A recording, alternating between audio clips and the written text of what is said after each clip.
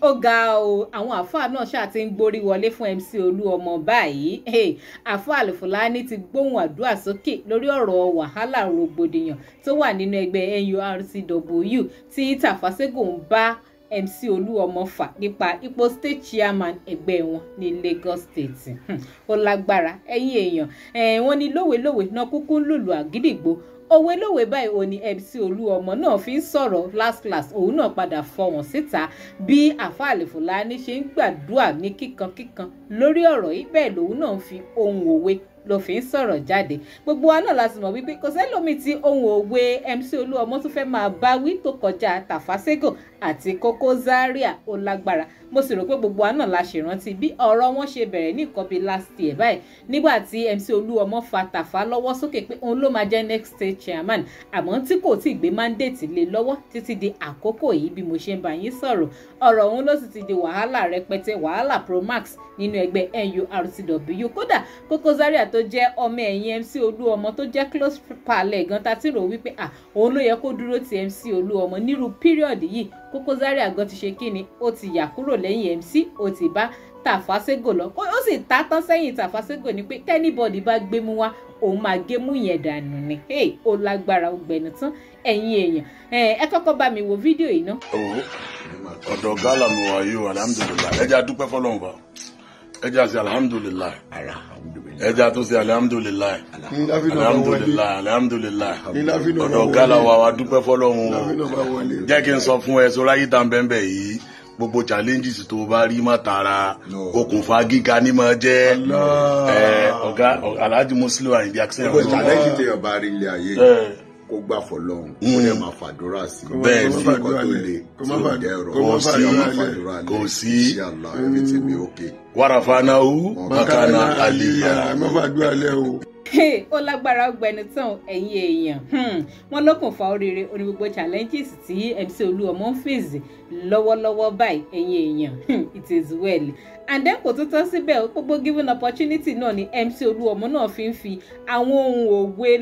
lówe ló fi ń sọ̀rọ̀ stylishly ló fi ń sọ̀bù Tafasego àti Koko Zaria nípa gbogbo rògbòdìyàn tó wà ńlẹ̀ yìí ẹ̀yin tẹ́ bá kú gbàgbé wípé wọ́n ṣe fún òun náà níbi event tán ṣe recently níjọ́ Saturday tó kọjá níbi tó ti ń pariwo olè táwọn Sego Nation pariwo olè lé lórí níbi event yẹn tẹ́ bá ṣe ìrántí dáadáa.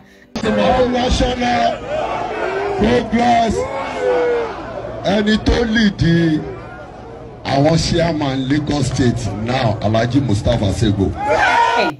lóòótọ́ MC Olúọmọ òkúkú sọ níbi event yẹn kò jẹ́ kán rí òun frustrate débi pé wàhálà kankan máa ṣẹlẹ̀ but at any given opportunity ni MC Olúọmọ náà fi ń fi àwọn ohun òwe ló fi ń sọ̀rọ̀ stylishly ló fi ń jù ránṣẹ́ sí Tafasego àti Koko Zaria ẹ̀yin èèyàn ẹ tún bá mi wo fídíò yìí lọ síwájú.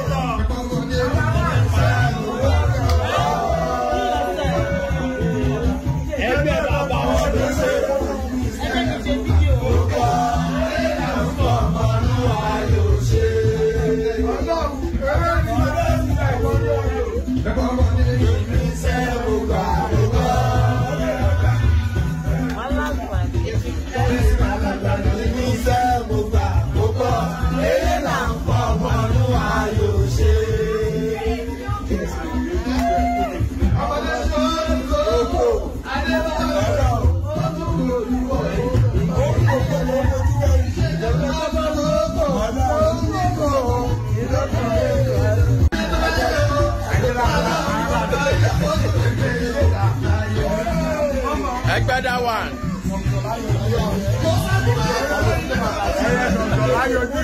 Olúọmọ everywhere you go.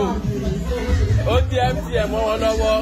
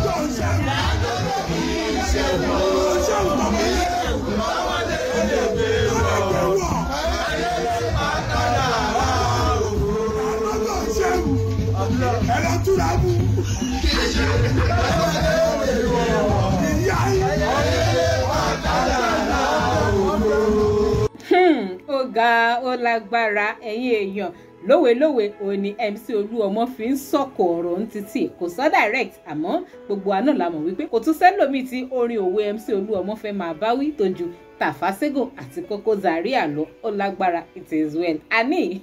new fighting method wọn tí wọ́n ṣe find out tí wọ́n ṣe bẹ̀rẹ̀ lọ́tẹ̀ yìí pé kán máa sọ̀kò ọ̀rọ̀ síra wọn lórí social media kán máa kọrin òwe búra wọn.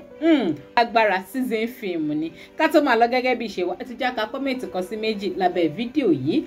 Ari Lukman Lawal ó ní may God continue to bless Akinsanya alias MC.